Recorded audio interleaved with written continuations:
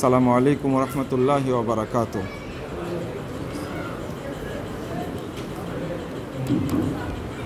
আলহামদুলিল্লাহ ওয়াসসালাতু ওয়াসসালামু আলা রাসূলিল্লাহ, আম্মা বাদ।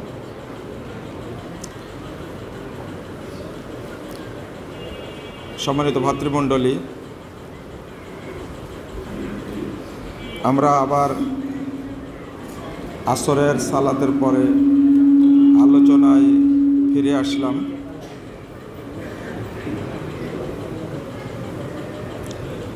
আপনারা একটু মনোযোগ দিয়ে শুনবেন, শৃঙ্খলভাবে বসে পড়ুন।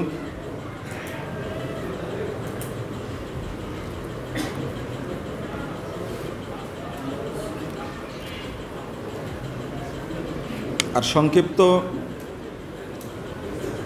আলোচনা করার পরে আমি আপনাদের কয়েকটা মাসালা নিয়ে আলোচনা করব ইনশাআল্লাহ।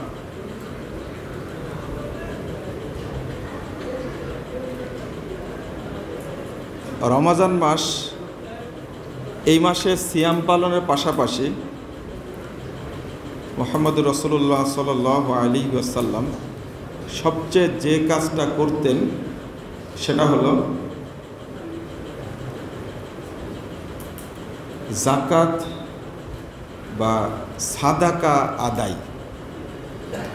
ইবনে আব্বাস রাদিয়াল্লাহু আনহু বলছেন, কানান নবী সাল্লাল্লাহু আলাইহি ওয়াসাল্লাম আজওয়াদান নাস ওয়া আজওয়াদু মা ইয়াকুনু ফি রমাদান। অর্থাৎ তিনি বলছেন, মানুষদের মধ্যে সবচেয়ে বড় দানশীল ব্যক্তি ছিলেন মুহাম্মদ সাল্লাল্লাহু আলাইহি ওয়াসাল্লাম।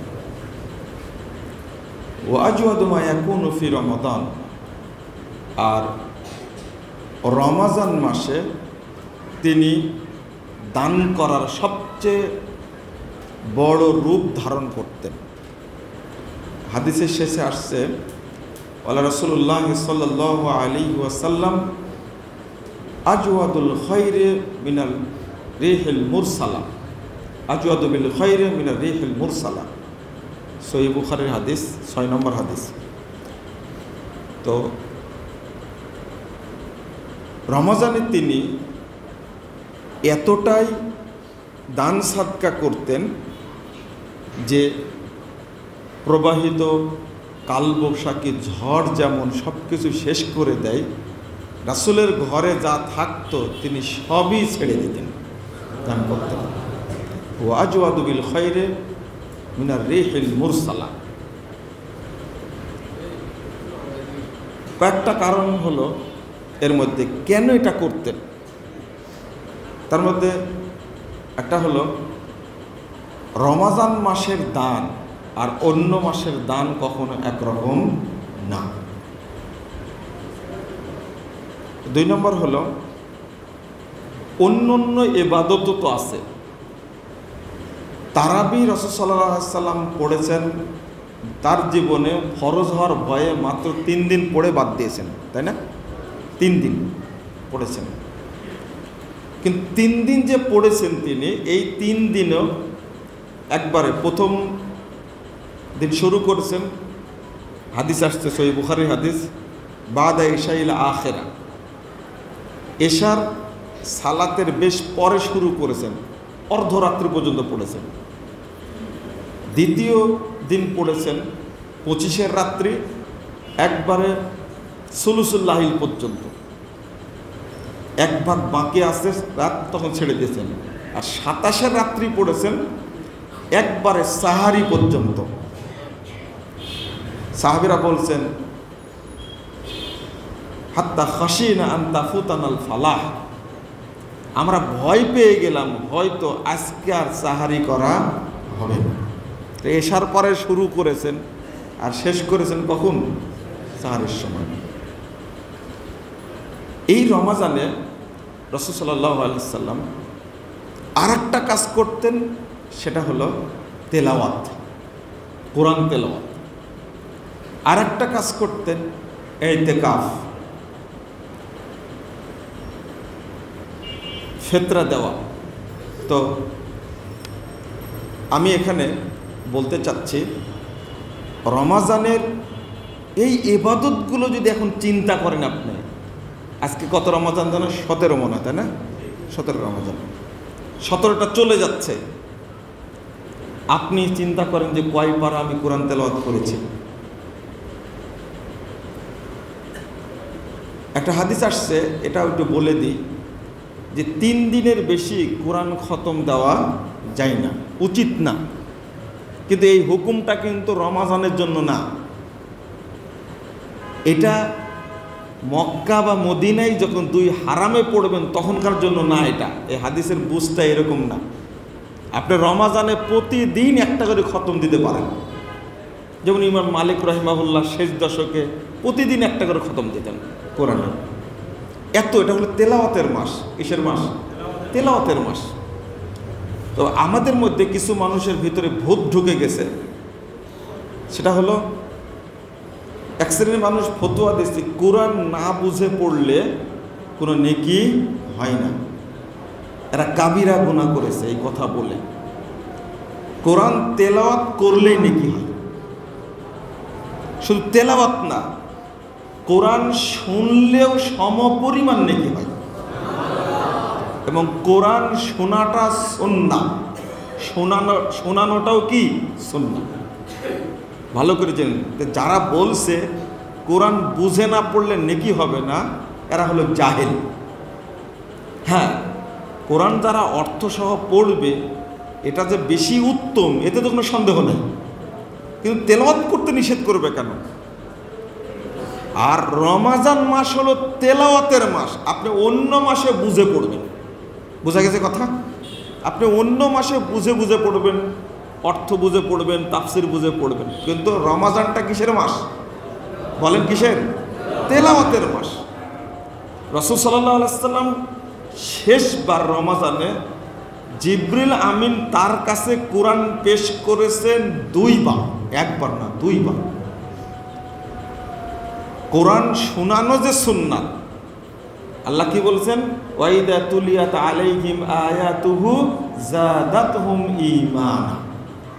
একজন তেলাওয়াত করলে যারা শুনবে, শুনলেও ঈমান বৃদ্ধি পায়।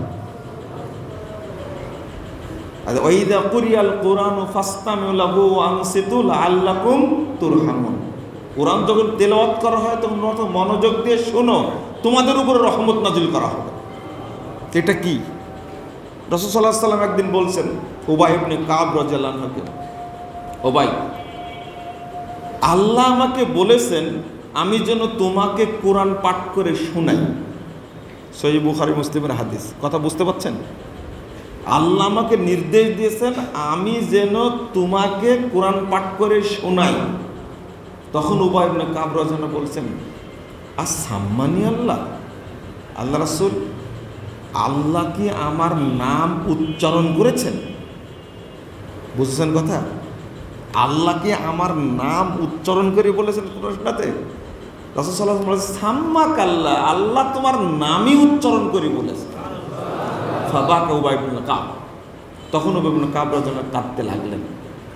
কোরআন শোনানো সুন্নাত, যেখানে নিজে শোনা সুন্নাত, আল্লাহ বলে দিচ্ছেন এবং সমপরিমাণ নেকি, আর সেখানে বলছে কোরআন তেলাওয়াত করলে কোনো নেকি হবে না। আস্তাগফিরুল্লাহ, আস্তাগফিরুল্লাহ। এরাই হলো হিজবুত তাহরীর, হিজবুত তাওহীদ। কথা বুঝতে পারলেন? এরাই হলো আহলে কোরআন, যারা হাদিস মানে না। এরা আহলে কোরআন না, এরা আহলে কুফরান। এরা কি? আহলে কুফরান। বুঝেন তো? কুফরান মানে কাফেরের দল। যারা হাদিস মানে না, বলে যে শুধু কোরআন মানব, তাদের হুকুমটা কাফের। কি? কাফের। কাদিয়ানীরা যদি একটা শব্দের অর্থ বিকৃত করে কাফের হয়, তাহলে এরা কি? কতটা হাদিস অস্বীকার করছে তারা! নাউজুবিল্লাহ, আস্তাগফিরুল্লাহ, আস্তাগফিরুল্লাহ। তো ইফতারের পূর্বে এই অল্প টাইমে আলোচনা শুনে, আবার একদিনেই সব আলোচনা শুনে আপনি যে তৃপ্তি পাবেন এমনটাও না। মাঝে মাঝে আসবো, আলোচনা করব, শুনবেন ইনশাল্লাহ। আজকে যে প্রসঙ্গটা নিয়ে আমি কথা বলতে চাচ্ছি, টাইম আমার শেষ হয়ে যাবে। একটু পরে অনেক অতিথি আছে, তারা আলোচনা করবেন। তবে আমাকে আজকে আগেই সুযোগ দিয়েছেন, এই জন্য কর্তৃপক্ষকে আমি আন্তরিক মোবারকবাদ জানাচ্ছি। বিশেষ করে আজকে সভাপতি সোনা ভাই, তো আলহামদুলিল্লাহ। আমি জানি না কীভাবে চিন্তা করেছেন আপনারা যে আলোচনা প্রথম দিতে হবে, অতিথিদেরকে পরে দিতে হবে। এই প্রথম রংপুরে এই কৌশলটা করেছেন আপনারা, মানে পরে তো আপনার আলোচনা শুনবেন না। হ্যাঁ, ও গতবার ঠকছেন তাই না? দেখ আলহামদুলিল্লাহ, এখন কিছু আলোচনা শোনা যাবে তাই না? আলহামদুলিল্লাহ। শুনবেন না ইফতারের জন্য অপেক্ষা করছেন আপনারা, বলেন দেখি। তো এখন একটা গুরুত্বপূর্ণ বিষয় কথা বলতে শুরু করেছিলাম। তো রাসূল সাল্লাল্লাহু আলাইহি সাল্লাম সবচেয়ে বেশি রমাজানে দান করতেন। কয়েকটা কারণ আছে, তার মধ্যে একটা কারণ হলো যত ইবাদত আছে সবচেয়ে তার মধ্যে পাওয়ারফুল ইবাদত হলো সাদাকা। কি? সাদাকা। 2 নম্বর হলো যে যদি কেউ দান খায়রাত না করে, যাকাত যদি কেউ না দেয়, তাকে মোটামুটি একটা মুনাফেক বলা যায়। কি বলা যায়? মুনাফেক। এটা আমি একটু বুঝাই দিই আপনাদেরকে, তাহলে আরো স্পষ্ট হবে, পরিষ্কার হবে। রাসূল সাল্লাল্লাহু আলাইহি ওয়াসাল্লাম, আল্লাহ রাব্বুল আলামিন বলছেন 103 নম্বর আয়াত সূরা তাওবা। আয়াতটা আজকে ভালো করে বুঝবেন আপনারা ইনশাআল্লাহ। খুয মিন আমওয়ালিহিম সাদাকাতান তুতাহহিরুহুম ওয়া তুযাক্কিহিম বিহা। আল্লাহ বলছেন তাদের সম্পদ থেকে আপনি একটা অংশ নেন, আপনি গ্রহণ করেন, নেন। তুতাহহিরুহুম ওয়া তুযাক্কিহিম বিহা। দেখেন একটা শব্দ ব্যবহার করলে হতো, কিন্তু 2টা ব্যবহার করেছেন। তুতাহহিরুহুম, আপনি যেন তাদেরকে পবিত্র করতে পারেন।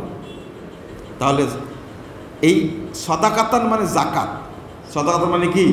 যাকাত। তাদের কাছে যাকাত নেন, তাদেরকে যেন পবিত্র করতে পারেন। এই পবিত্র করতে পারেন এর কারণটা হলো, একদিকে মানুষের শরীর অপবিত্র থাকে, 2 নম্বর হলো যে সম্পদের মধ্যে অপবিত্রতা থাকে। সহিহ বুখারীর সহিহ সনদে বর্ণিত তিরমিজির 1208 নম্বর হাদিস। আল্লাহ রাসূল সাল্লাল্লাহু আলাইহি ওয়াসাল্লাম বলছেন, ইয়া মা'শারাত তুজ্জার, হে ব্যবসায়ীরা, তোমরা জেনে রাখো, ইন্নাশ শাইতানা ওয়াল ইসমা ইয়াহজুরানিল বাইআ, তোমরা যে ব্যবসা করো এ ব্যবসায়ী মালের মধ্যে শয়তান এবং অপবিত্রতা লুকিয়ে থাকে। ফাশুবু বাইআকুম বিসাদাকা, তোমরা তোমাদের এই সম্পদকে পবিত্র রাখো যাকাত দেওয়ার মাধ্যমে। তাহলে যাকাত দিলে সম্পদ কি হয়ে যায়? পবিত্র হয়ে যায়। সম্পদে শয়তান থাকে কেন? যে সম্পদের মধ্যে শয়তান লুকিয়ে থাকে ওই সম্পদে আল্লাহ বরকত দেন না। ওয়াল ইসমা, পাপ লুকিয়ে থাকে, মানে আপনি যে কাজগুলো করেছেন পাপের কাজ, সম্পদ উপার্জন করতে গিয়ে এই পাপগুলো থেকে সম্পদ পবিত্র করার জন্য আপনাকে কি করতে হবে? যাকাত দিতে হবে। আরেকটা হাদিস আসছে 1579 নম্বর হাদিস, তাবরানী আওসাতের মধ্যে এসেছে, মান আদ্দা যাকাতা মালিহি ফাকাদ যাহাবা আনহু শাররু, যে ব্যক্তি সম্পদের যাকাত বের করে দিল সে ব্যক্তি তার সম্পদের যেটা বরকত নষ্ট করে সেটা থেকে সম্পদকে সে রক্ষা করলো, সম্পদ হেফাজত করলো সে। অর্থাৎ এটা স্পষ্ট হচ্ছে যে আমার আপনার যে সম্পদ আছে এই সম্পদের মধ্যে শয়তান লুকিয়ে থাকে এবং এই শয়তান বরকত নষ্ট করে। আরেকটা হলো যে ও তুতাহহিরুহুম, এর অর্থ করতে গিয়ে সালাফরা বলছেন তারফাউ মিন মানাজিলিল মুনাফিকিন ইলা মানাজিলিল মুখলিসিন, আপনি যেন তাদেরকে মুনাফিকদের কাতার থেকে মুখলেসদের কাতারে উন্নীত করতে পারেন। তাহলে বোঝা গেল যে মানে সম্পদের মধ্যে পাপ থাকার অন্যতম কারণ হলো আমার মধ্যে নিফাকি আছে, মুনাফিকি আছে। নাউযুবিল্লাহ, আস্তাগফিরুল্লাহ। এর পরের অংশটা হলো ওয়া তুযাক্কিহিম বিহা। এর অর্থ হলো আল্লাহ রাব্বুল আলামিন বলছেন, এবং এই যাকাত দ্বারা যেন আপনি তাদেরকে ধনী করতে পারেন, তাদের সম্পদকে যেন বাড়িয়ে দিতে পারেন। আমরা কিন্তু এই অর্থটা করি না। ওয়া তুযাক্কিহিম বিহা। যে ব্যক্তি সাদকা করে, দান করে, যাকাত দান করে, আল্লাহ তার সম্পদে বরকত দান করেন, সম্পদ বৃদ্ধি করে দেন। এ কথাটা আল্লাহর। ওয়া তুযাক্কিহিম বিহা, এর দ্বারা আপনি তার সম্পদকে বৃদ্ধি করতে পারবেন। এরপরে বলছেন ওয়াসাল্লি আলাইহিম ইন্না সলাতাকা সাকানুন লাহুম। এরপরে আপনি তাদের জন্য দোয়া করেন, তাদের দোয়াটা প্রশান্তির কারণ হবে। সাকানুল লাহুম বলেছেন। সালাফরা অর্থ করছে তমানিনা, প্রশান্তি। আপনি যেই হন না কেন, যতক্ষণ পর্যন্ত আপনি মালের সম্পদের অংশ যতক্ষণ না বের করবেন, ততক্ষণ আপনার অন্তরটা অস্থিরই থাকবে, প্রশান্তি পাবে না। দেখেন, এটা আল্লাহর পক্ষ থেকে নির্ধারিত। ফাইন্না সলাতাকা সাকানুল লাহুম। বন্ধুরা আমার, এখানে আগের হাদিসটার সাথে এই হাদিসটা একটু মিলিয়ে নিতে হবে। এইভাবে রাসূল সাল্লাল্লাহু আলাইহি ওয়াসাল্লাম কেন অস্থির হয়ে পড়তেন? কারণ হিনা ইয়ালকাহু জিবরিল, জিবরিল যখন তার সাথে সাক্ষাৎ করতেন তখন করতেন কেন? তুমি বলো আল্লাহকে যে মোহাম্মদ কৃপণ না, মোহাম্মদ কি না, কৃপণ না, মোহাম্মদ দান করতে জানে। এই জন্য বলা হয়েছে আজওয়াতান নাস। বন্ধুরা আমার, এক আশ্চর্য ব্যাপার, কেন এটা করতেন? সহিহ বুখারীর হাদিস 2352 নম্বর হাদিস, তিরমিজির মধ্যে আসছে, আল্লাহ রাসূল দোয়া করতেন, আল্লাহুম্মা আহইনি মিসকিনান ওয়া আমিতনি মিসকিনান ওয়াহশুরনি ইয়াউমাল কিয়ামাতি ফি জুমরাতিল মাসাকিন। আল্লাহ, তুমি আমাকে মিসকিন অবস্থায় জীবিত রাখো, মিসকিন অবস্থায় মৃত্যু দান করো, এবং মিসকিনদের দলে কিয়ামতের মাঠে আমাকে জমা করো। আয়েশা রাদিয়াল্লাহু আনহা বলছেন, লিমাযা তাকুল ইয়া রাসূলুল্লাহ, আল্লাহ রাসূল এই দোয়া করেন কেন? রাসূল সাল্লাল্লাহু আলাইহি ওয়াসাল্লাম বলছেন, আয়েশা শোনো, ইন্না ফুকারাউল মুমিনিন ইয়াদখুলুনাল জান্নাহ ক্বাবলাল আগনিয়া ওয়া হিয়া 500 আমিন। দেখো, কিয়ামতের দিন দরিদ্র মুমিন ব্যক্তিরা ধনীদের চেয়ে 500 বছর পূর্বে জান্নাতে প্রবেশ করবে। 500 বছর পূর্বে। আর আমি চাই যে তাদের সাথে আমি যেন জান্নাতে প্রবেশ করতে পারি 500 বছর আগে। এরপর রাসূল বলছেন, আহিব্বিল মাসাকিন, আয়েশা তুমি দরিদ্র মানুষদেরকে ভালোবেসো। ওলা তারুদ্দিল মিসকিন ওয়ালাউ বিশিক্কি তামরাতিন, একটা খেজুরের টুকরা হলেও, একটা খেজুর না, খেজুরের একটা টুকরা হলেও দিয়ে তাকে বিদায় দিও, তাকে খালি হাতে ফেরত দিও না। ওয়াকাররিবিহিম, তুমি তাদেরকে কাছে কাছে রাখো। ফায়ুকাররিবুকিল্লাহ, কিয়ামতের মাঠে আল্লাহ তোমাকে কাছে করে নেবেন। আমাদের জানা মতে কিয়ামতের মাঠে আল্লাহর কাছে থাকার জন্য সবচেয়ে বড় ইবাদত হলো মানুষকে সহায়তা করা, দান করা, সাদকা করা। সহিহ বুখারীর 4900 নম্বর হাদিস, রাসূলুল্লাহ সাল্লাল্লাহু আলাইহি ওয়াসাল্লাম বলছেন, কুনতু আলা বাবিল জান্নাহ, আমি একদিন জান্নাতের দরজায় দাঁড়িয়েছিলাম। ফাআম্মাতা মান দাখালাহাল মাসাকিন, আমি জান্নাতের দরজায় দাঁড়িয়ে দেখলাম যারা জান্নাতে ঢুকছে তারা অধিকাংশই হলো মিসকিন মানুষ, দরিদ্র মানুষ, যারা অসহায়, তারা জান্নাতে যাচ্ছে। ওয়াসহাবুল জাদ্দে মাহবুসুন, আর যারা প্রতাপশালী ধনাঢ্য ব্যক্তি তাদেরকে আটক করে রাখা হয়েছে। নাউযুবিল্লাহ। তাদেরকে আটক করে নেওয়া হয়েছে, তাদেরকে পাই পাই হিসাব নেওয়া হচ্ছে। গায়রা আন্না আসহাবান নার উমিরা ইলা দুখুলিন নার। আর তখনই দেখছি যারা জাহান্নামে হচ্ছে তাদেরকে জাহান্নামে ঢোকার জন্য নির্দেশ দেওয়া হচ্ছে। এই হাদিস প্রমাণ করে যে রাসূল সাল্লাল্লাহু আলাইহি ওয়াসাল্লাম কেন তিনি কিছু রেখে যাননি। নবী রাসূলগণ কেন কিছু রেখে যাননি, চার খলিফা কেন তারা কিছু রেখে যাননি। রাসূল সাল্লাল্লাহু আলাইহি ওয়াসাল্লাম বলেছেন, 1702 নম্বর হাদিস তিরমিজির মধ্যে এসেছে, আল্লাহ রাসূল বলেছেন, ইবগুনি দুআফাকুম, তোমরা আমাকে খোঁজ করো দরিদ্রদের মাঝে, যারা মিসকিন ফকির তাদের মাঝে খুঁজো, তুমি তাদের মাঝে আমাকে পাবে।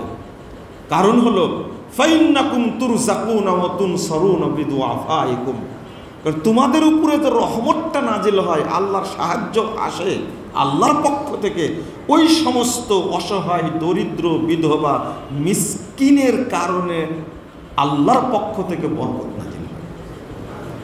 তো আল্লাহ আমাকে সম্পদশালী বানাইছেন, এখানে আমার কোনো কৃতিত্ব নাই, কোনো কৃতিত্ব নাই। কৃতিত্ব কাদের? ওই সমস্ত অসহায় মানুষদের, যাদের কারণে আল্লাহ আমাদের উপরে বরকত নাজিল করেছে। কাল কিয়ামতের মাঠে ধরা খাবে কোন জায়গায়? আমরা কোন জায়গায় ঠেকে যাব? বাংলাদেশের অধিকাংশ মানুষ যাকাত দেয় না, সাদকা করে না, যার কারণে তাদের দেহটা অপবিত্র হয়ে থাকে। আর এই অপবিত্র থাকার কারণে আল্লাহ বলছেন তুতাহিরুহুম, তাদেরকে পবিত্র করেন আপনি তাদেরকে পবিত্র করতে পারবেন। একটা হাদিস আপনাকে শোনাই দিই। ইমাম আবু দাউদের একটা হাদিসের গ্রন্থ আছে, কিতাবুজ জুহুদ, 13 নম্বর হাদিস। তিনি বলছেন, রাসূল সাল্লাল্লাহু আলাইহি ওয়াসাল্লামের পক্ষ থেকে মাওকুফে বর্ণিত হয়েছে, আসাবা বানি ইসরাইল বালাউন কাহতুন, বানি ইসরাইলদের যুগে একবার দুর্ভিক্ষ এসেছিল, বিশাল গজব নাজিল হয়েছিল। তো মানুষ টিকতে পারছিল না, এতটাই গজব নাজিল হয়েছে, দুর্ভিক্ষ নাজিল হয়েছিল। ফাখরাজু ইউজিজুন, তারা চিৎকার করতে করতে বাঁচার জন্য দৌড়ে মসজিদে হাজির হয়েছে, পবিত্র জায়গায় বাঁচার জন্য। ফাওহাল্লাহু ইলা নাবিয়্যিম মিন আম্বিয়াইহিম, আল্লাহ তাদের নবীর কাছে ওহী করলেন, বললেন ওদেরকে বলে দাও, তাখরুজুনা ইলা সাঈদ বিআবদানিন নাজিসা ওয়া বিয়াদিন তাসফাকুনা বিহাদ দিমা ওয়া মালাআতুম বুতুনাকুম মিনাল হারাম। এই তোমরা গজব থেকে বাঁচার জন্য পবিত্র জায়গা মসজিদে এসেছো, বিআবদানিন নাজিসাতিন, অথচ তোমাদের দেহটা হলো অপবিত্র। আর যে হাত নিয়ে হাজির হয়েছো, এই হাত দিয়ে মানুষ হত্যা করেছো। ওয়া মালাতুম বুতুনাকুম মিনাল হারাম, আর তোমরা তোমাদের পেটটাকে হারাম দিয়ে পূর্ণ করে রাখছো। ইস্তাদ্দা গদাবি আলাইকুম, বাহিরে ছিলে যতটুকু গজব হয়েছে, মসজিদের ভিতরে আসার কারণে আমার গজব আরো বেশি নাজিল হলো। ফালাম তাজদাদু ইল্লা বুদা, আর তোমরা আমার রহমতের নিকটে আসতে পারবে না, দূরেই সরে যাবে। তাহলে হারাম দেহ নিয়ে আসলে, অপবিত্র দেহ নিয়ে মসজিদে আসলে আল্লাহ রাগান্বিত হন, আল্লাহ আরো বেশি গজব নাজিল করেন।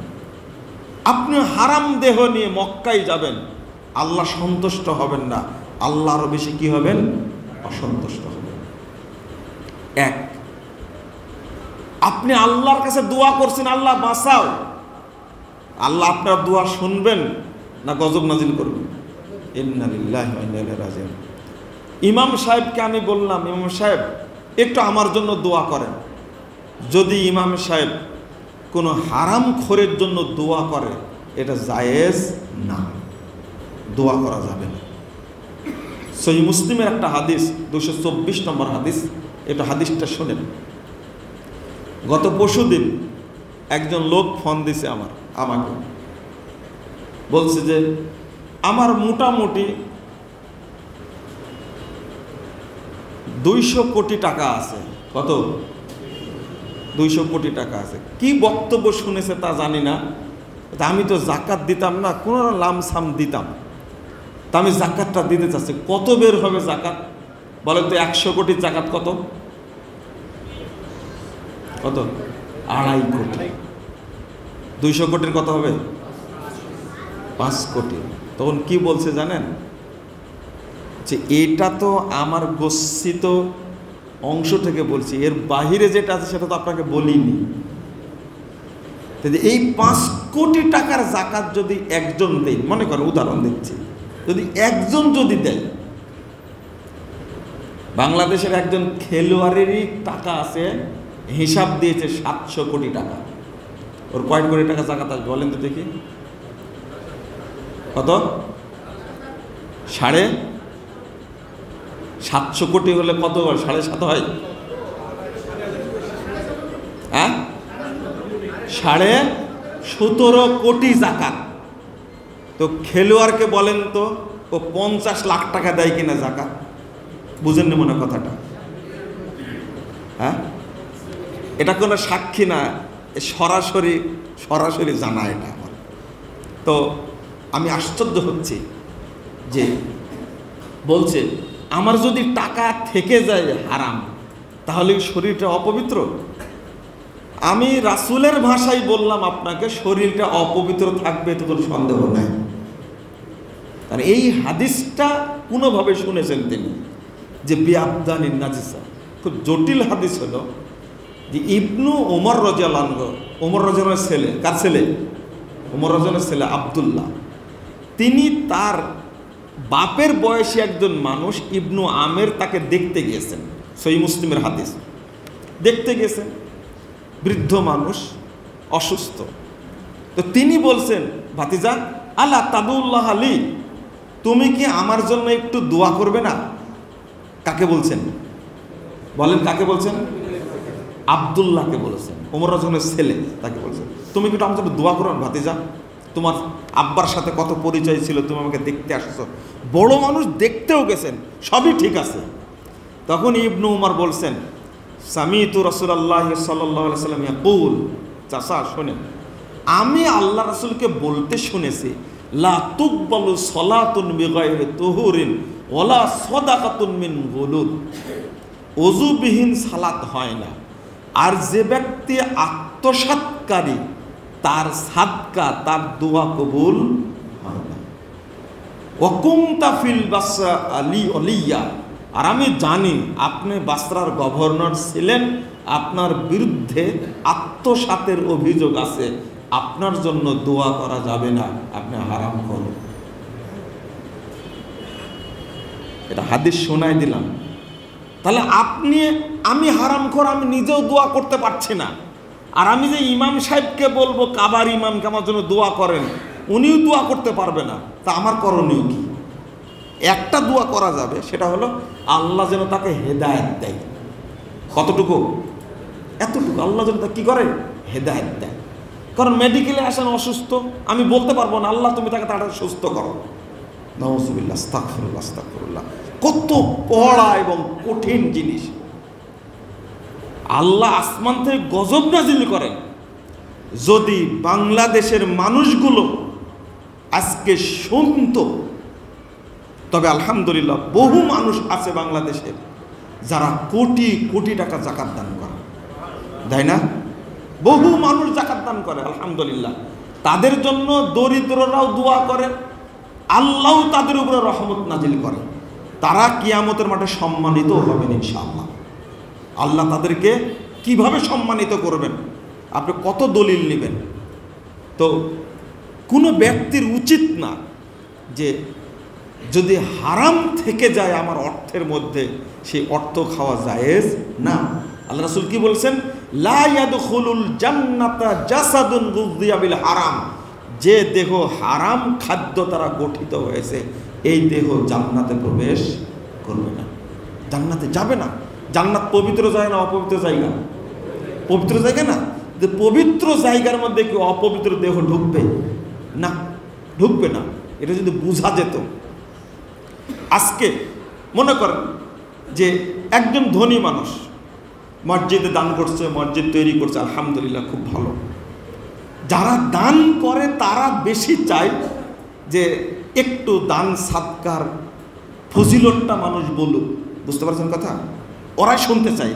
যারা দান খারাপ করে তারাই শুনতে চায়, আর যারা দান খারাপ করে না তারা এটাতে বিরক্ত হয়, দেয়। এরা বখিল। এরা কি বখিল? যারা দিয়ে যাচ্ছে তারা দিয়েই যাচ্ছে। আলহামদুলিল্লাহ, আলহামদুলিল্লাহ। আমি তাদের অনেকের নাম জানি, কিন্তু আমি বলবো না এখানে। তারা দিয়েই যায়। আর কেউ শুধু বখিল অবস্থায় থেকে শুধু চোখ টাটানোর ভাব দেখায়, তাই না? আপনি একটু চিন্তা করে দেখেন, আল্লাহ কি বলছেন? ইয়াজরিবুনা বুজুহাহুম ওয়া আদবারহুম ওয়াযুকু আযাবাল হারিক, সূরা আনফাল 50 নম্বর আয়াত। যখন এই মুনাফিকদের মৃত্যু হাজির হবে তখন জাহান্নাম থেকে অসংখ্য ফেরেশতা আসবে, ওর মুখে চড়াবে। সূরা আনাম 93 নম্বর আয়াতে আল্লাহ বলছেন যে তাদের ফেরেশতারা লম্বা হাত তাদের উপরে ছাড়বে। তাফসীরকাররা বলছে জরবে, লম্বা হাত দিয়ে কি করবে? আদর করবে, মার, পিঠেও মারবে, মুখেও মারবে। ওয়াযুকু আযাবাল হারিক, যখন চিৎকার করবে তখন বলবে এখন থেকে তুমি ভোগ করো জাহান্নামের শাস্তি। এরপর আল্লাহকে বলবেন হাত্তা ইযা জাহাদাহুমুল মাউত ক্বালা রাব্বিরজিউন, সূরা মুমিনুন 99 এবং 100 নম্বর আয়াত। বলবে মৃত্যু হাজির হলেই বলবে আল্লাহ দুনিয়াতে আবার ফেরত দাও, আল্লাহ ফেরত দাও। ফেরত দিলেই কি করব? লাআল্লি আমালু সলিহা ফিমা তারাকত, আমি ওই আমলটা করব যে আমলটা করতে পারি না। এই লাআল্লি আমালু সলিহা মানে কি? ইনফাক ফি সাবিলিল্লাহ। সব আমল করেছে, হজ করেছে, সিয়াম পালন করেছে, সালাত আদায় করেছে, ভালো ব্যবহার, তাহাজ্জুদ পড়েছে, কিন্তু আল্লাহকে যে নিজের মাল থেকে দান করতে হবে এই কাজটা সে করেনি। তো ওইটা করতে চাচ্ছে, আল্লাহ ফেরত দিবেন, তাই না? দুনিয়াতে দিবেন। ধমক কি? কাল্লা ইন্নাহা কালেমাতুন হুয়া কায়লুহা, ওর কথার কথা মাত্র, অসম্ভব, তোমাকে ফেরত দেওয়া হবে না। এবারও বলবে সূরা মুনাফিকুনের আয়াত এটা। আগে যে অনুবাদটা করলাম আয়াতের হুজমিনা মুআল্লিম সাদাকা তুতাইহিরুহুম, মুনাফিকি থেকে যে আল্লাহর রাসূল বাঁচাতে নির্দেশ দিয়েছেন আল্লাহ, যে তুমি তাদেরকে মুনাফিকের অবস্থা থেকে বাঁচিয়ে মুখলেস করো। আল্লাহ বলছেন ওয়ানফিকু মিম্মা রাযাকনাকুম মিন ক্বাবলি আন ইয়াতি আহাদাকুমুল মাউত, আমি যা দিয়েছি তার থেকে দাও, তোমারটা না, কাটটা। আমি যা দিয়েছি তার থেকে দাও। ক্বাবলা আন ইয়াতি আহাদাকুমুল মাউত, মৃত্যু আসার পূর্বে দাও। ফায়াকুলা রাব্বি লাউলা আখারতানি ইলা আজালিন করিব ফাআসাদ্দাকা ওয়া আকুম মিনাস সালিহিন। চিন্তা করছেন কি বলছে? রব্বি লাউলা আখারতানি, আল্লাহ তুমি আমাকে একটু সময় দাও, আল্লাহ একটু। আগে বলল দুনিয়াতে ফেরত আসার কথা, ফেরত যখন দিল না তখন কি বলছেন? আল্লাহ একটু সময় দাও, লাউলা আখারতানি, 1 সেকেন্ড দাও। আচ্ছা 1 সেকেন্ডকে 60 ভাগ করলে কতটুকু হতে পারে? একটা শব্দ হলো, করা যাবে না? না, 1 সেকেন্ড ঘড়িটা উঠে না, টাইমার ধরে দেখবেন কতক্ষণ টাইম লাগে। লাউলা আখারতানি এমন শব্দ ব্যবহার করেছেন আল্লাহ, মিন করিব শব্দ ব্যবহার করেছেন। আলেমরা বুঝবেন যে আখারা অর্থ কি? মিন আজালিন করিব। করিব মানে কি? একবারে অল্প টাইম, যার চেয়ে আর সময় কম হয় না, এতটুকু চাচ্ছে আল্লাহ দিবেন, তাই না? কি করবে? ফাআসাদ্দাকা ওয়া আকুম মিনাস সালিহিন, একটু টাইম দিলে আমি সাদকা করব। টাইম দিবেন আল্লাহ? না, দিবেন। আল্লাহ বলছেন কি ওয়ালা ইউআখিরুল্লাহু নাফসান, ধমকটা কি? 1 সেকেন্ড বাড়ানো হবে না। লা ইস্তাখিরুনা সাআতান ওয়া লা ইস্তাকদিমুন, কমানো হবে না, বাড়ানো হবে না, রাইট টাইমে তোমাকে নিয়ে যাওয়া হবে। কারণ হলো সব কিছু দিয়েছে, দেয়নি কি? এই আলামতটা কার? বখিলের আলামত না একটা? দান খায়রাত করতে চায় না। আমাদের মধ্যে বহু মানুষ আছে এরকম, আল্লাহ যা সম্পদ দেয় তার থেকে দান করব, একটা মিসকিনকেও দিতে পারি, তাও দেই না। রমাজান মাস রাসূল সাল্লাল্লাহু আলাইহি ওয়াসাল্লাম উম্মতকে শিখিয়ে দিয়েছেন যে কিয়ামতের মাঠে কেউ আমার বিপক্ষে বাদী না হয়, আল্লাহ সরাসরি বাদী হবেন কিয়ামতের মাঠে। 2569 নম্বর হাদিস, সহিহ মুসলিম। আল্লাহ কি বলবেন? বলবেন, ইয়া ইবনা আদম ইন্নী মারুস্তি ফালাম তাউদনি, আমি অসুস্থ ছিলাম, তুমি আমাকে সেবা করনি। আল্লাহ বাদী হয়ে গেছেন, তুমি সেবা করনি। মানে আল্লাহ বাদী হবেন কেন? তখন আপনি বলবেন, ওই হাদিসের সাথে মিলিয়ে দেখেন আল্লাহ কেন আটকা রাখবেন। বলবেন, ওয়ান্তা রব্বুল আলামিন কাইফা আউদুক, আপনি তো জগৎ সমূহের রব, আপনাকে কিভাবে সেবা করব আমি? আল্লাহ বলবেন, আলিমতা আন্নালি আবদান মারিদা, অমুক বান্দা অসুস্থ ছিল, তুমি যদি তার সেবা করতে, আজকে তোমার পাশে আমাকে পেতে। বলবে আরেকজনকে, এই বান্দা ইস্তামতাতুক, আমি তোমার কাছে খাবার চেয়েছিলাম, তুমি আমাকে খাবার দাওনি। আল্লাহ আরেক বান্দাকে বলবেন, ইস্তাসকাইতুক, আমি তোমার কাছে পানি চেয়েছিলাম। আপনাদের এই রংপুরের সুন্দরগঞ্জ কি কোন থানা? আপনার গাইবান্ধা থানা নাকি? সুন্দরগঞ্জে গেলাম, তারপরে কুড়িগ্রাম গেলাম। এই যে বন্যার সময়ে, বুঝছেন, মানুষ যে পানি পায় না, চোখে না দেখলে বোঝানো মুশকিল। কিয়ামতের মাঠে যে ধরবে, ট্যাবলেট নিয়ে গেছে, পানি শোধন করার ট্যাবলেট নিয়ে গেছে, সেই ট্যাবলেটটাও তাদের কাছে নাই। পানি যেটা খাচ্ছে সেটা হলো ময়লা পানি, বাঁচার জন্য। পানি যে ফুটায়া খাবে, আগুন তো নাই। কি যে অবস্থা, কোন এলাকায় মানুষ বাস করে! সুবহানাল্লাহি ওয়া বিহামদিহি, আল্লাহ যে আমাদের বাঁচা রাখছেন, গজব যে নাজিল করেননি, আল্লাহু আকবার। এইটা তার প্রমাণ।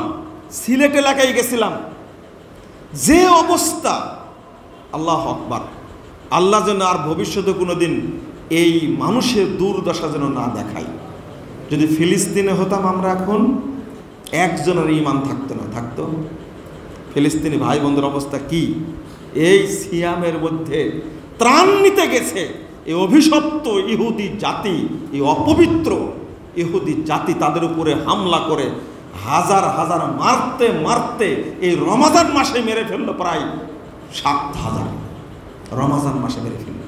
গত রাত্রেও মারছে, 32,000 মেরেছে, 32,000 ইতিমধ্যে মেরে ফেলেছে।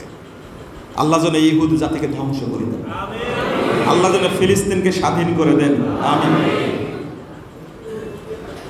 যদি তাদের মতো অবস্থা হতো, আমাদের কারো ঈমান থাকতো না। আল্লাহ আমাদের উপরে রহম করেছেন, আল্লাহ শুকরিয়া আদায় করি, আলহামদুলিল্লাহ। আল্লাহ যে বাদী হবেন তার দৃষ্টান্ত এইগুলো। আমি তোমার কাছে পানি চেয়েছিলাম, পানি দাওনি। এই প্রতিটি দরিদ্র এক পক্ষে যদি আল্লাহ বাদী হন, আমরা কেউ বাঁচতে পারবো? কেউ না। আর একটা হাদিস আসছে, মাকারিমুল আখলাক, 346 নম্বর হাদিস।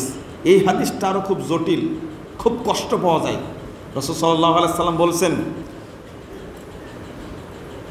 কাম মিন জারিন মুতাআল্লিকিন বিজারিহি, বহু পরশী তার পরশীর কারণে কিয়ামতের মাঠে তাকে বন্দী করে রাখা হবে, আটক করে রাখা হবে।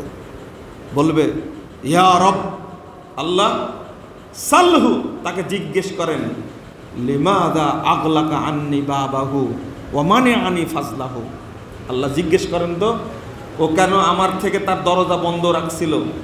আমার পেটে খাবার ছিল না, আমার পানি ছিল না, আমি অসহায় অসুস্থ ছিলাম, কিন্তু সে আমার থেকে দরজা বন্ধ রেখেছিল।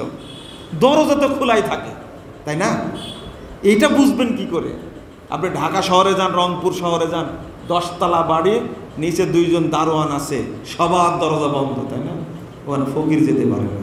লিমাদা আগলাক আন্নি বাবাহু, ওকে জিজ্ঞেস করেন তো কেন তার দরজা বন্ধ রাখছিল? ওমানানি ফাজলাহু, আল্লাহ আপনি বলেন তার অতিরিক্ত সম্পদ অনেক ছিল, কিন্তু আমাকে কেন দেয়নি জিজ্ঞেস করেন। এবার বুঝতে পারেন বাদী কিভাবে হবেন আল্লাহ তাআলা। লা হাওলা ওয়ালা কুওয়াতা ইল্লা বিল্লাহ।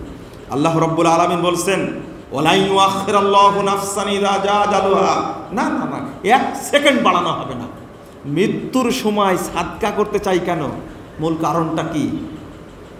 মৃত্যুর যে যন্ত্রণা, একে মাফ করার জন্য, মওকুফ করার জন্য আর কোনো ইবাদত চলবে না, সাদকাই চলবে। আমি বাঁচতে চাই। মরে গেছে, এখন জাহান্নামে ফেলা হবে তাকে। মরার পরে তো জাহান্নামে ফেলা হয়, তাই না? জাহান্নামে ফেলা হবে, তখন কি বলবে? ইন্না লিল্লাহি ওয়া ইন্না ইলাইহি। আমাদের মধ্যে যেন মুনাফিকি না থাকে, আল্লাহ যেন আমাদের হেফাজত করে, বলুন আমিন। আল্লাহ বলছেন ইয়াদুল মুজরিমু লাউ ইয়াফতাদি মিন আযাবি ইয়াউমাইদিন বিবানি ওয়া সাহিবাতিহি ওয়া আখি ওয়া ফাসিলাতিহি আল্লাতী তুবি। বলবে মুনাফিক, বলবে আল্লাহ তুমি আমার সন্তানদেরকে সবাইকে জাহান্নামে দাও, আমাকে অন্তত জান্নাত দাও। ওয়া সাহিবাতিহি ওয়া আখি, আমার ভাই যারা ছিল, আমার স্ত্রী যারা ছিল, তাদেরকে জাহান্নামে দাও, আমাকে তুমি জান্নাত দাও আল্লাহ।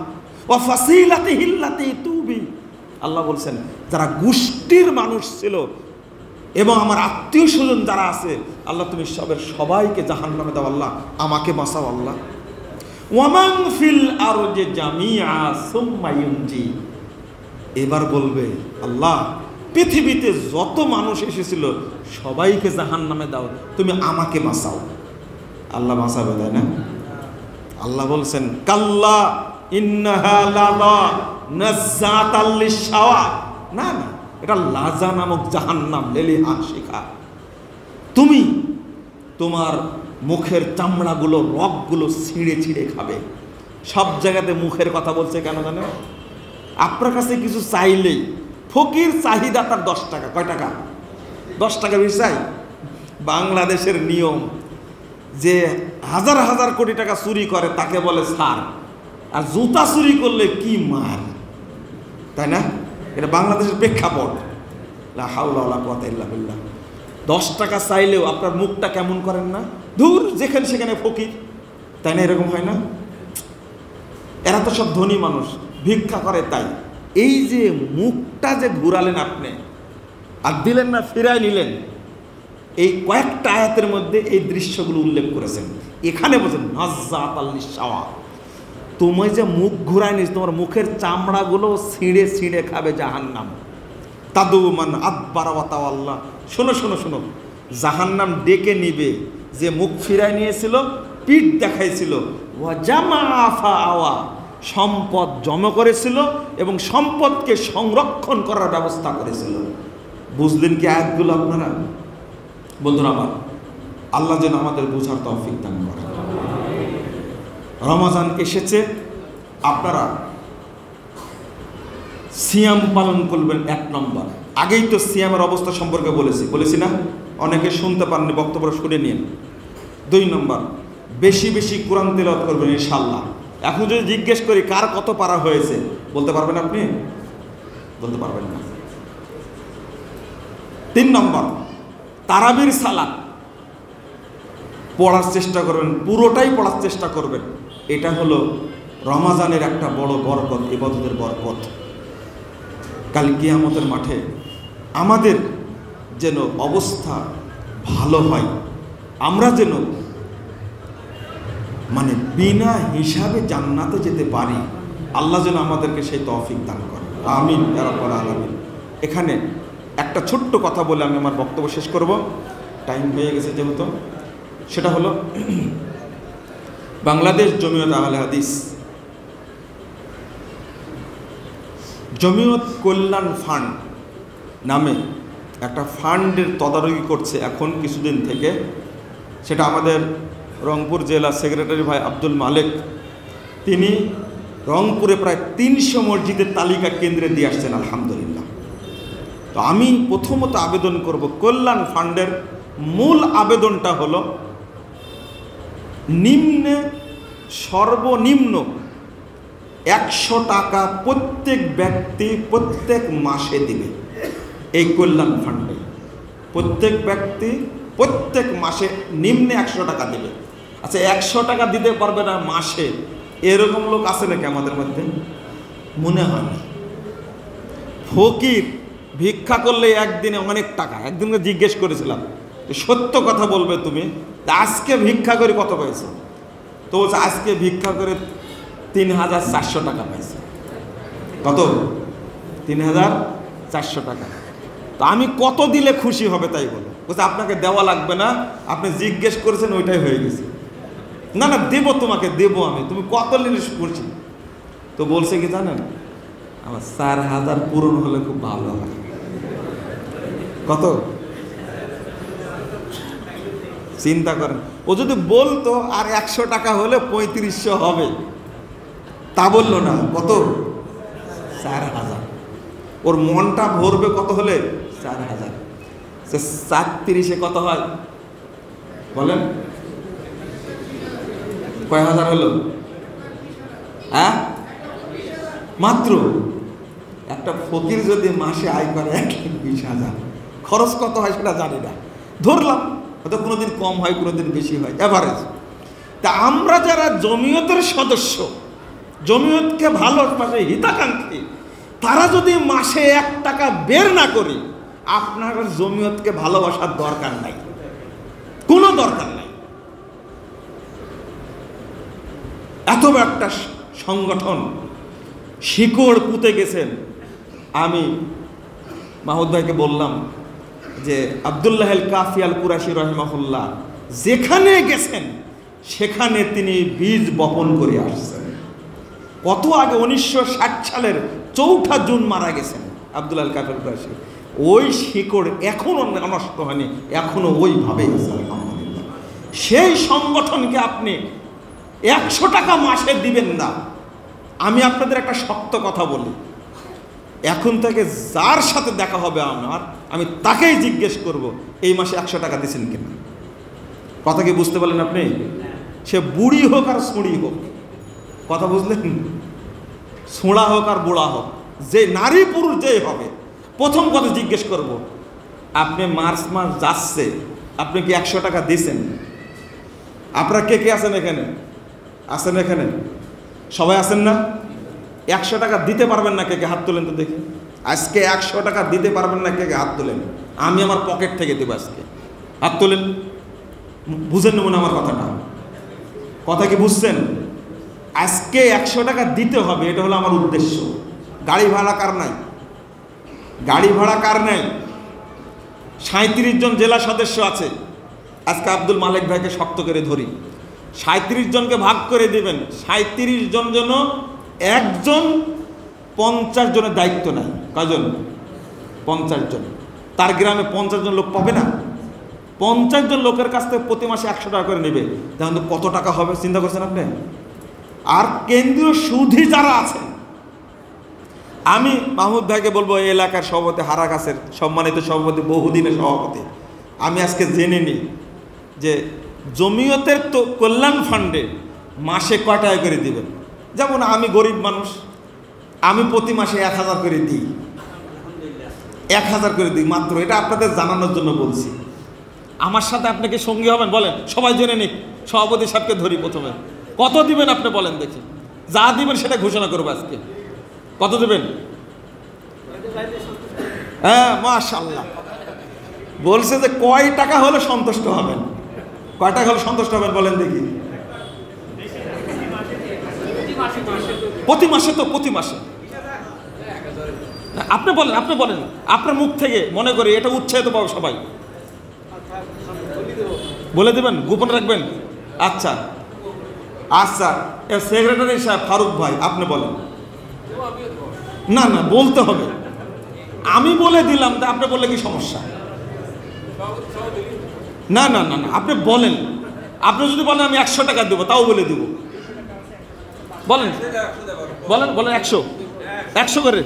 ফারুক ভাই 100 করে দিবেন, আলহামদুলিল্লাহ। আপনারা দিবেন না? দিবেন ইনশাল্লাহর মেয়াদ কিন্তু হাত্তাল মাউত, মৌত পর্যন্ত ইনশাল্লাহর মেয়াদ। এখন যদি বলেন যে মরার আগে দেবনি 100 টাকা, আমি বলেছি কয় মাসে? প্রতি মাসে আপনি নিজ দায়িত্বে পরিশোধ করবেন জানার আগেই। সভাপতি জানে না, সেক্রেটারি জানে না, আপনি অটো দিলেন, কেউ একবারে 12 মাসের পরিশোধ করবেন, পারবেন না করতে? দিয়ে দিবেন, আমি দিয়েছি।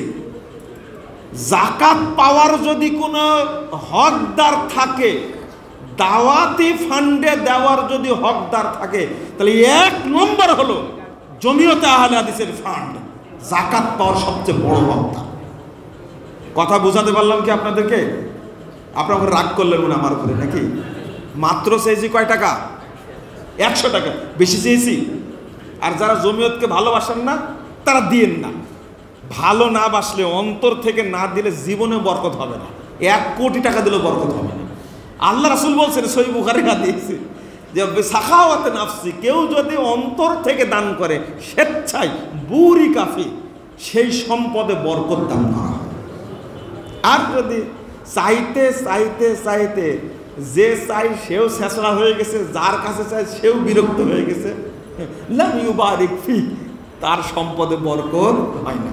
এই জন্য আমি বলি যে আমি জোর করি না, চাইলে, মন চাইলে দেন, আর মন না চাইলে দেন না। কারণ আমারও উপকার হবে না, আপনারও উপকার হবে না। এই চেয়ে চেয়ে চেয়ে কতবার ফোন দেয়, কতবার যায়, পায়ের জুতার চামড়া ক্ষয়ে গেছে মনে করেন। দিবেন 2,000 টাকা, কয়বার গেলাম, ফোন দিলাম।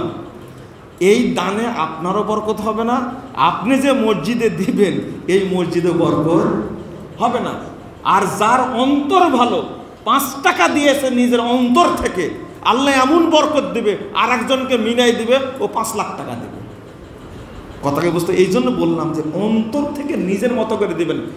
আপনি যেমন সভাপতির অজান্তে দিয়ে আসবেন, বরকত আল্লাহর পক্ষ থেকে ওইভাবেই নাজিল হবে। ইয়ারযুকুহু মিন হাইসু লা ইয়াহতাসিব, আল্লাহ এমনভাবে বরকত দিবেন আপনি কোনো কল্পনাও করেননি। এটা হতে পারে। বন্ধুরা আমার, আমি হয়তো একটু আপনাদের চাপ দিয়ে বললাম, এটা মোহাব্বতের কারণে বললাম। আজকে এই শুরুটাই হারা গাছের মানুষ করেছিলেন, তাই না? বাংলাদেশ জমিয়তে আহলে হাদিসের গৌরবটা আপনারা তো ধরে রাখছেন, টাকা তো আপনাদেরই দেওয়া লাগবে প্রতি মাসে। আব্দুল মালিক ভাই, এই রংপুর জেলাকে যেন মডেল জেলা ঘোষণা করা হয়, এই কাজ করা লাগবে। বাংলাদেশে একটা জেলা আসে মডেল জেলা, বলেন কোন জেলা? কোনটা জানেন না আপনারা? হ্যাঁ, না, মডেল জেলা ঘোষণা করা হয়েছে কেন্দ্রের পক্ষ থেকে, সেটা নারায়ণগঞ্জ। নারায়ণগঞ্জ সবচেয়ে অ্যাক্টিভ, তারা জমিয়তকে তারা সবচেয়ে বেশি সহযোগিতা করে। শিল্পপতি সেখানে আলহামদুলিল্লাহ আছে। তো জমিয়তের বিশ্ববিদ্যালয়ের অনুমোদন পাওয়া গেছে আলহামদুলিল্লাহ। একবারে কাঙ্ক্ষিত বহুদিনের স্বপ্ন, এটা আল্লাহ কবুল করেছেন। আর একটা ধাপ, সেটা হলো আহলে হাদিসদের কোনো বোর্ড নাই, স্বতন্ত্র কোনো বোর্ড নাই। জমিয়তে আহলে হাদিসের আন্ডারে, বাংলাদেশ আহলে হাদিস তালিমি বোর্ডের আন্ডারে এখন প্রায় 800 মাদ্রাসা। 800।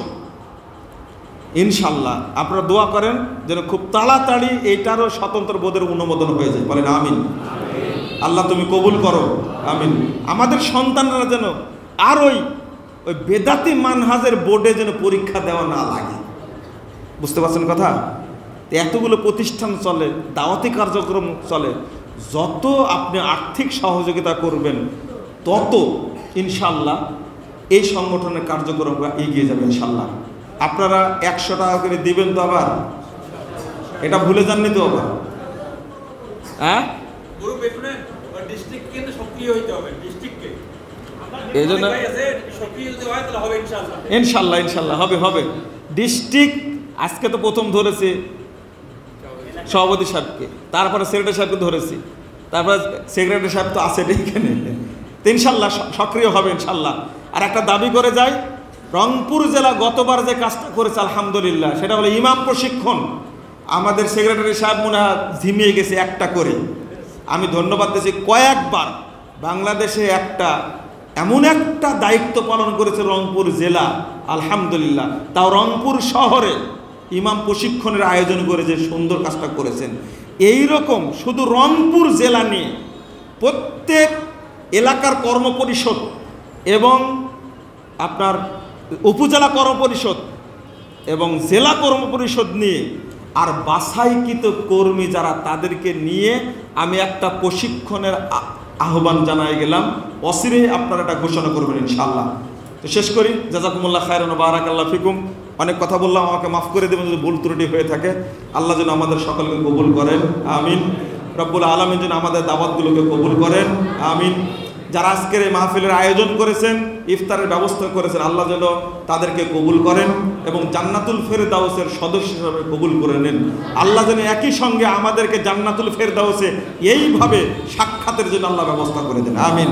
আসসালামু আলাইকুম ওয়া রাহমাতুল্লাহি ওয়া বারাকাতুহু। ও একটা কথা বলতে ভুলে গেছি, দান